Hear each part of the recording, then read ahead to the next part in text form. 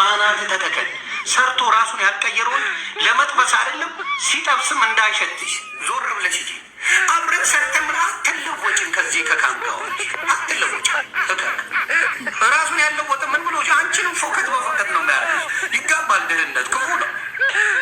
ሀብታምነት እንጂ የማይጋባው ድህነት ቫይረስ ነው። እንዳለ ቤተሰብሽ ሁላ ነው የሚወራው።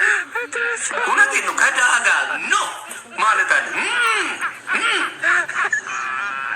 ድሃ ባየሽ ቁጥር ቀነኒሳ ነው መሆን ያለብሽ። በዚህ በኩል መሮጥ በጣም ምናምን ነገር እማቤቴን እውነቴን ነው። አትቅረቡ።